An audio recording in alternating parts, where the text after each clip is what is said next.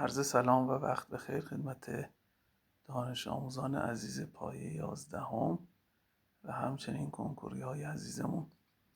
دکتر رضا آریه‌منش هستم، دکترای تخصصی زیست شناسی، مدرس دانشگاه، کنکور و دبیرستان. در فیلم قبلی مراحل تشکیل دانه‌های گرده رسیده و کیسه رویانی رو با هم مرور کردیم. در این فیلم میخوایم مراحل تشکیل تخم اصلی و تخم ضمیمه رو با هم دیگه بررسی کنیم و یه سری نکات ریز کنکوری که بشه در کنار اینها به شما ارائه کرد. عرض کنم به خدمت شما، میدونید که نهاندانگان لقاح مضاعف دارن که حالا در انتها درباره لقاح مضاعف بیشتر صحبت میکنیم. ببین، گرد افشانی به چی میگم؟ گرد افشانی به انتقال دانه گرده از بساک به کجا؟ به کلاله. اینجا بساک دیگه، دانه های گرده رسیده اینجا به وجود میان. بساک هم 2N. حالا ما پیش فرضمونه که گیاه مورد نظر اون 2N که داریم این صحبت ها رو واسه شما انجام میدیم. این بساک 2N، درونش دانه های گرده رسیده دیدیم که به وجود میاد. بعد بساک شکافته میشه، دانه های گرده رسیده که یه یاخته زایشی داشت، دانه گرده رسیده یه یاخته رویشی، هر دوتاشون هم N بودن بچه ها، هم زایشی هم رویشی. منتها زایشی یکم کوچیکتره، رویشی یکم بزرگتره. و در فیلم قبلی هم به شما گفتم این دلیلش اینه که تقسیم میتوزی که دانه گرده نارس انجام داده تا این دوتا رو به وجود بیاره، به همراهش تقسیم سیتوپلاسم نامساوی انجام شد. این دانه گرده رسیده 2 تا پوست هم داشت، پوست داخلی، پوست خارجی. پوست خارجی گفتیم ممکنه صاف باشه و یا دارای تزییناتی باشه و منفذدار هم هست. خب این دانه گرده رسیده به وسیله باد، آب یا جانوران میاد انتقال پیدا میکنه و روی کلاله. خب ببین نکته داره، در صورتی که کلاله دانه گرده را بپذیرد، یعنی باید تشخیص بده که آقا این مال گونه خودشه. مثلا اگه گرده افشانی یه جایی توی باقی باشه، مثلا دانه گرده آلبالو بیاد بیفته رو گل هندوانه، خب این گرده افشانی که منجر به تشکیل لوله گرده و لقاح که نمیشه که، آخه اینا مال گونه های مختلفن. پس گرده افشانی که انجام شد در صورتی به دنبالش لوله گرده تشکیل میشه و لقاح انجام میشه که این کلاله باید دانه گرده رو بپذیره.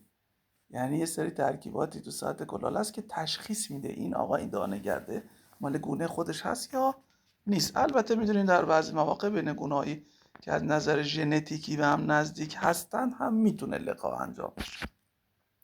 حالا این میپذیرتش، تشخیص میده که این مال گونه خودشه.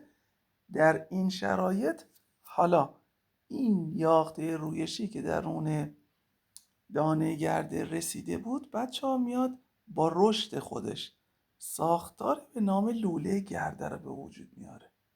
نکته فنی که تو کنکور هم مطرح شده، ببین لوله گردم N میشه اینجا، چون از رشد یاخته رویشی به وجود اومده. نکته کنکور چیه؟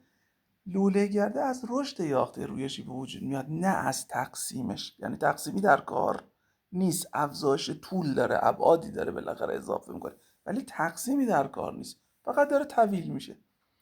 ساختاری به نام چی به وجود میاره بچه ها؟ به نام لوله گرده. این لوله گرده در کلاله و خوابه نفوذ میکنه، میره به سمت تخمدان.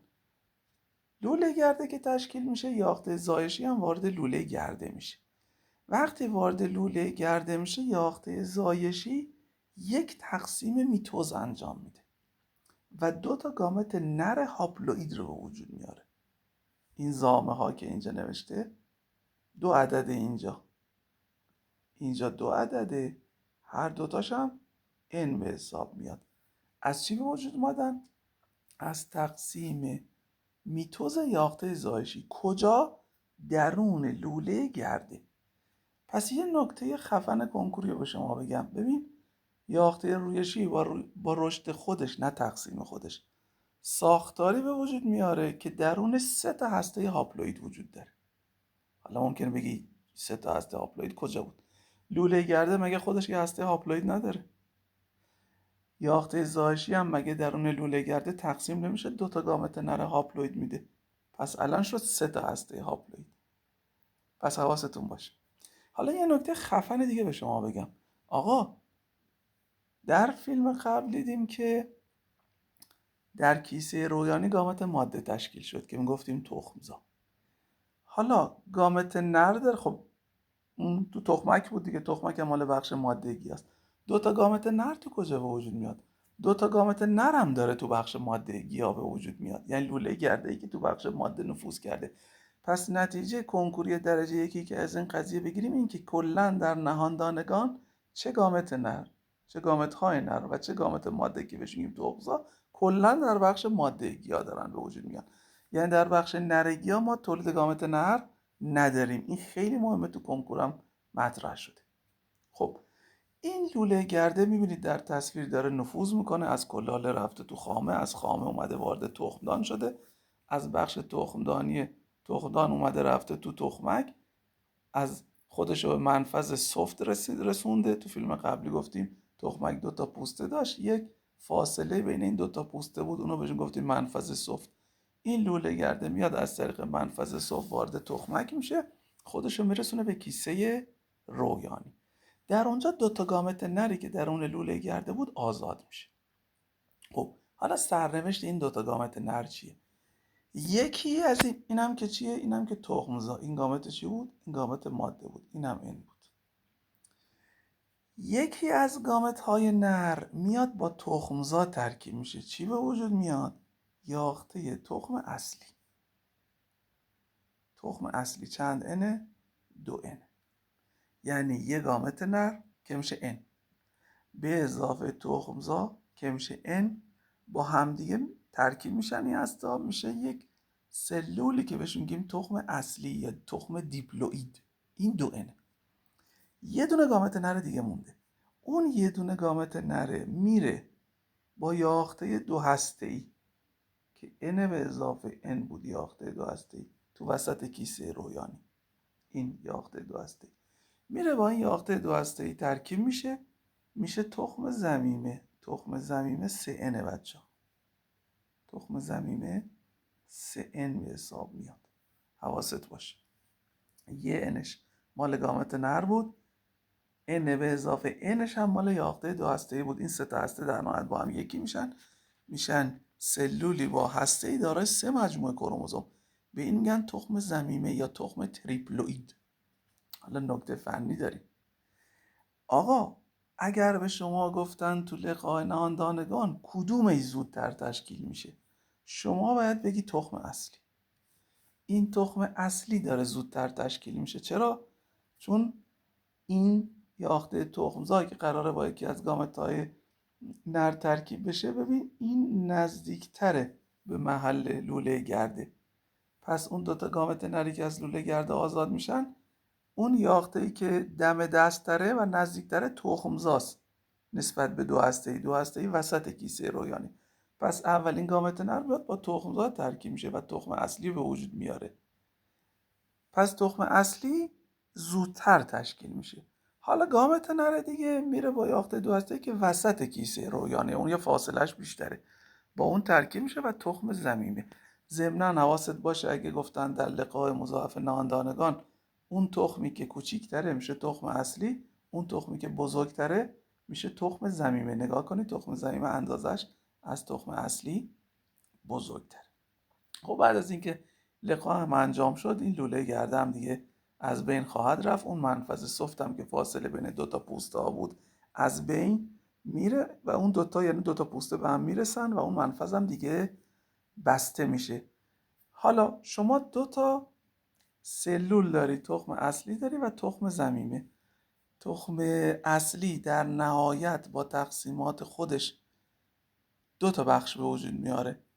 یه بخش به نام رویان که شامل ریشه رویانی، ساقه رویانی و 1 یا 2 تا لپه است، و یه بخشی هم به نام بند یا آویز که البته اسم این بند یا آویز در کتاب شما نیست، ولی تو کتاب تو متن میگه بخشی را به وجود میآورد که رویان را به گیاه مادر متصل میکنه. تخم ضمیمه چی به وجود میاره؟ تخم ضمیمه هم با تقسیمات میتوزی خودش بافتی به نام آندوسپرم رو به وجود میاره یا درون دانه که به عنوان بافت ذخیره‌ای برای رشد رویان داخل دانه میمونه بعدن، که حالا این آندوسپرم میتونه حالت جامد داشته باشه، میتونه حالت مایع داشته باشه. مثلا تو میوه نارگیل اون شیره‌ای که داخل نارگیله میشه آندوسپرم مایع. چطوری مایع شده؟ یعنی تخم ضمیمه تقسیم میتوز انجام داده ولی تقسیم سیتوپلاسم انجام نداده، آندوسپرمش شده مایع. اون بخش سفیدش که میخوریم تو نارگیل اون آندوسپرم جامدشه. چطوری جامد شده؟ تخم ضمیمه تقسیم هسته انجام داده، تقسیم سیتوپلاسم هم انجام داده، یعنی هر دوتاش انجام داده و اون آندوسپرم حالت جامد به خودش گرفته. حالا یه سوال، چرا میگن لقاح مضاعف؟ اولا حواستون باشه که لقاح مضاعف فقط در نهاندانگان، یعنی در خزه ها، سرعکس‌ها و بازدانگان لقاح ساده است، یعنی فقط یه نوع سلول تخم تشکیل میشه، اونم سلول تخم اصلیه، دیگه در اونها تخم ضمیمه نداری. حالا چرا اصلا میگن لقاح مضاعف؟ مضاعف یعنی دوتایی، چون دوتا گامت نر میان با دوتا یاخته مختلف از کیسه رویانی ترکیب میشن، یکیشون با تخمزا، یکیشون هم با یاخته دو هسته‌ای و دو نوع سلول تخم مختلف تشکیل میشه. یکی تخم اصلیه که بهش میگن 2N، یکی تخم ضمیمه است که بهش میگن 3N. به این دلیل اصطلاح لقاح مضاعف برای نهاندانگان به کار میره. یه نکته خیلی قشنگ بهتون بگم آقا جان، ما تمام این اصطلاحات N2 N3 N این اعداده که برای اینا نوشتیم پیشفرضمون این بود که گیاه مد نظرمون که میخواد تولد مثل انجام بده یه گیاه دیپلویده، ولی این گیاه همیشه گیاهان که دیپلوید نیستن. گیاه ممکنه 4N باشه، گیاه ممکنه 6N باشه. مثلا من مثالی واسهتون میزنم، اگر گیاه ما 4N بود، خوب گوش کن، اگر گیاه ما 4N باشه اون موقع گامت نری که میده، گامت نرمون 2N میشه. تخمزایی هم که میده که میشه گامت ماده، اونم 2N میشه. پس اون موقع تخم اصلیمون 4N. دیگه شما نمیتونی بگی تخم اصلی 2N. تخم ضمیمه چه مدلی میشد اگه گیاهمون 4N باشه؟ اون یکی گامت نرمون که میشد 2N. یاخته دو هسته‌ای، خب دو تا هسته داشت. حالا اگه گیاه اولیه‌مون 2N باشه پس یاخته دو هسته‌ای میشه N به اضافه N. اگه گیاه اولیه‌مون 4N باشه پس یاخته دو هسته‌ای 2N به اضافه 2N میشه. خب اینا رو با هم ترکیب کنیم تخم ضمیمه میشه 6N برای این گیاه 4N. پس حواستون باشه نمیتونی بگی همیشه و به طور حتم در پی انجام لقاح مضاعف در نهاندانگان تخم 2N و تخم 3N به وجود میاد، چون این برای زمانه که گیاه اولیت 2N باشه. ولی اگه گیاه شما 4N باشه، مثلا من مثالش الان واسه شما نوشتم، گیاه شما 4N باشه تخم اصلی میشه 4N و تخم ضمیمه میشه 6N. این رو باید حتما خیلی به این قضیه دقت داشته باشید. امیدواریم که از این ویدیو استفاده کرده باشید. تا ویدیوهای بعدی، خداحافظ.